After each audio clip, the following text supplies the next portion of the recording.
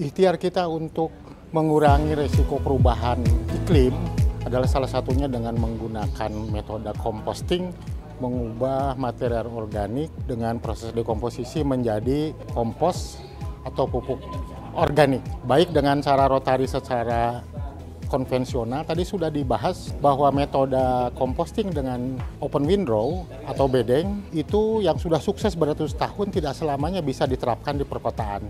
Karena itu harus dirubah dengan misalnya teknik-teknik rotary kiln dengan 3 meter persegi bisa mengolah 1 ton dalam waktu 5 hari. Terbaru kita ada generasi yang bisa mengubah sampah organik menjadi pupuk kompos dalam waktu 1 hari dengan luasan 3 meter persegi.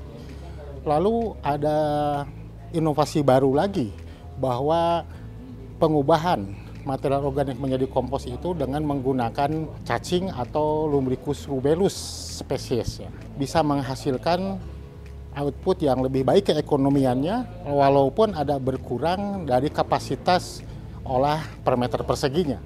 Dengan automatic vermicompost itu kita bisa mengubah sehari sejumlah bobot badannya bibit yang ditanamkan. Nah, dalam satu mesin yang tadi berkapasitas isian 0,5 meter kubik bisa diisi sampai 25 kg bibit, itu berarti mengolah setiap hari 25 kg material organik yang outputnya kalau dijumlah dalam masa 3 bulan itu akan menjadi 4,5 ton hasil vermicompost atau yang berkualitas nano fertilizer.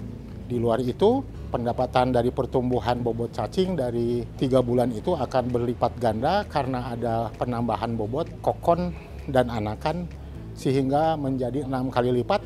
Maka kalau kita bisa menanam per 3 meter persegi itu adalah 25 kg, dalam waktu 3 bulan akan berubah menjadi 75 kg. Jadi pendapatan vermicompost 4,5 ton dan 75 kg cacing itu akan bisa memberi potensi keekonomian dapat diusahakan oleh rumah tangga maupun kelompok. Saya Kartina Linda, saya berasal dari Tangerang. Sebelumnya saya bergerak di dalam penyuluhan dan juga saat ini di Yayasan Sosial. Saya hari ini belajar mengenai produksi kompos atau mendaur ulang sampah seperti itu. Ini sangat luar biasa karena bukan hanya membuka wawasan, tetapi bagaimana kita menjadi pelaku dan bergerak untuk bumi kita, khususnya untuk Nusantara ini. Jadi kita akan bukan hanya sampai kita tahu, tetapi mulai bergerak dari pengetahuan yang kita dapat pada saat hari ini, sepanjang hari ini, kita bisa lakukan supaya Nusantara ini menjadi sehat, bersih, dan luar biasa.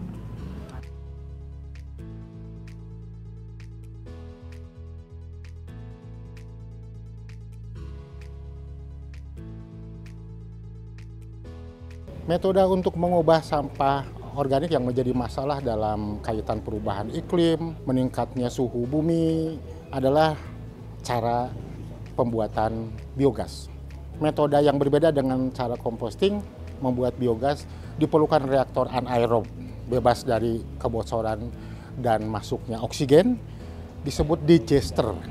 Dari mulai skala kecil komunal misalnya yang diperlihatkan ini adalah 3 meter kubik. Satu hari mengurai 75 kg material sampah organik dicampur air 1:1 akan menghasilkan sekitar 3 meter kubik yang setara kandungan kalori 1,5 kg LPG. Maka kita bisa memperoleh energi. Perolehan kedua adalah berupa lumpur yang menjadi pupuk dan menjadi media hidup ikan. Bagaimana kita bisa memelihara ikan di dalam output tadi berupa lumpur cair itu dengan bisa menghasilkan pakan alami sebagai rantai pakan zooplankton menjadi pakan alami ikan. Maka dengan demikian kita bisa mendapatkan ikan dan juga sesungguhnya bisa bertanam sayur dan juga tadi bertanam padi di dalam pot, membangun satu ekosistem sawah portable. Dengan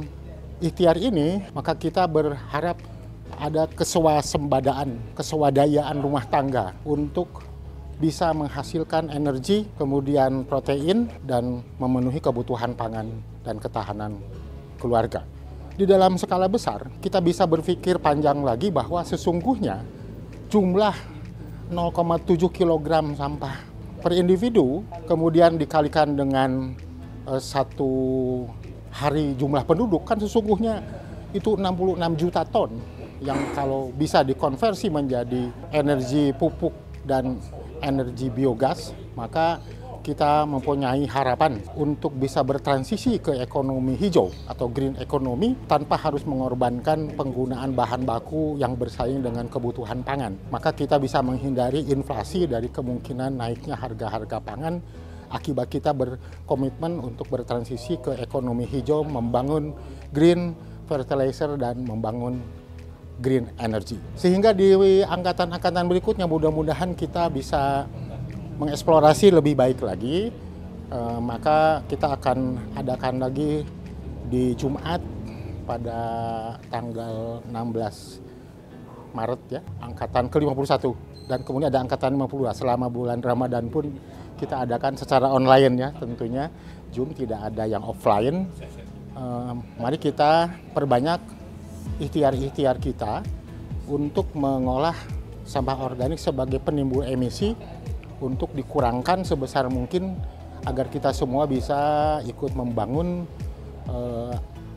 kondisi bumi yang makin lestari dan kita terhindar dari adanya kekacauan ataupun kerugian akibat perubahan iklim. Reuse, recycle.